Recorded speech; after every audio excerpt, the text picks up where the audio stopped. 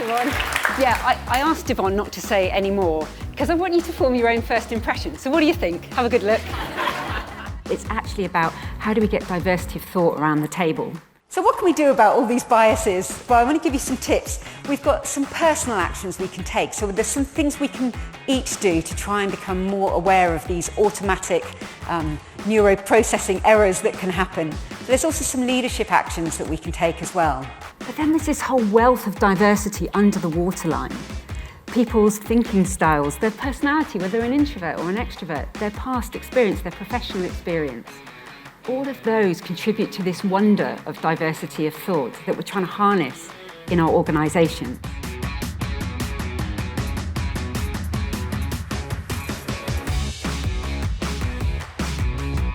So let me give you a practical example of unconscious bias. This is a picture of my twin sister, Deborah Searle.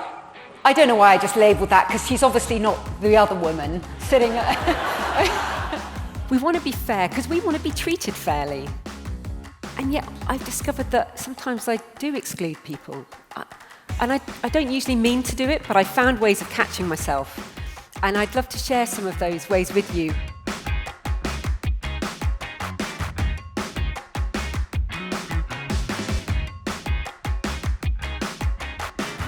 See, I have a proper size dog.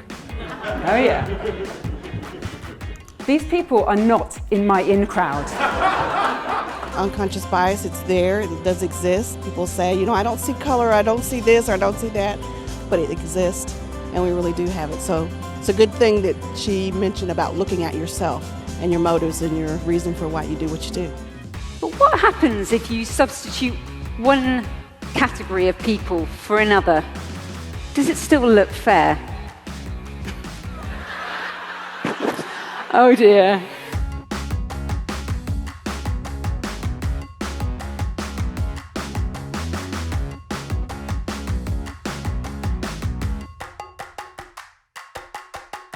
One, two, three, go!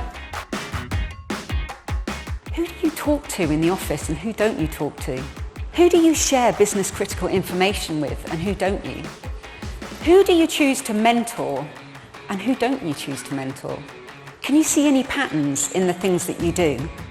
If we're going to have truly inclusive meetings, we should have disagreement. If you've got different people around the table, you either have disagreement or you have dishonesty.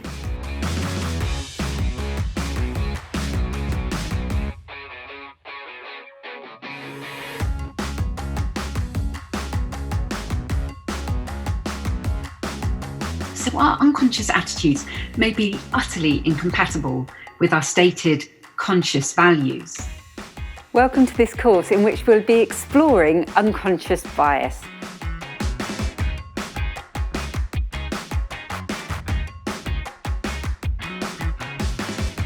We're all in this together. This isn't some sort of HR initiative. The idea of inclusion begins in each one of us. It's worth investing your time in understanding diversity and inclusion and inclusive leadership, because this is about future-proofing your leadership skills to make sure they're still relevant, whatever the profile of people looks like that you end up leading. So I wish you a great tequila-filled party tonight. Thank you.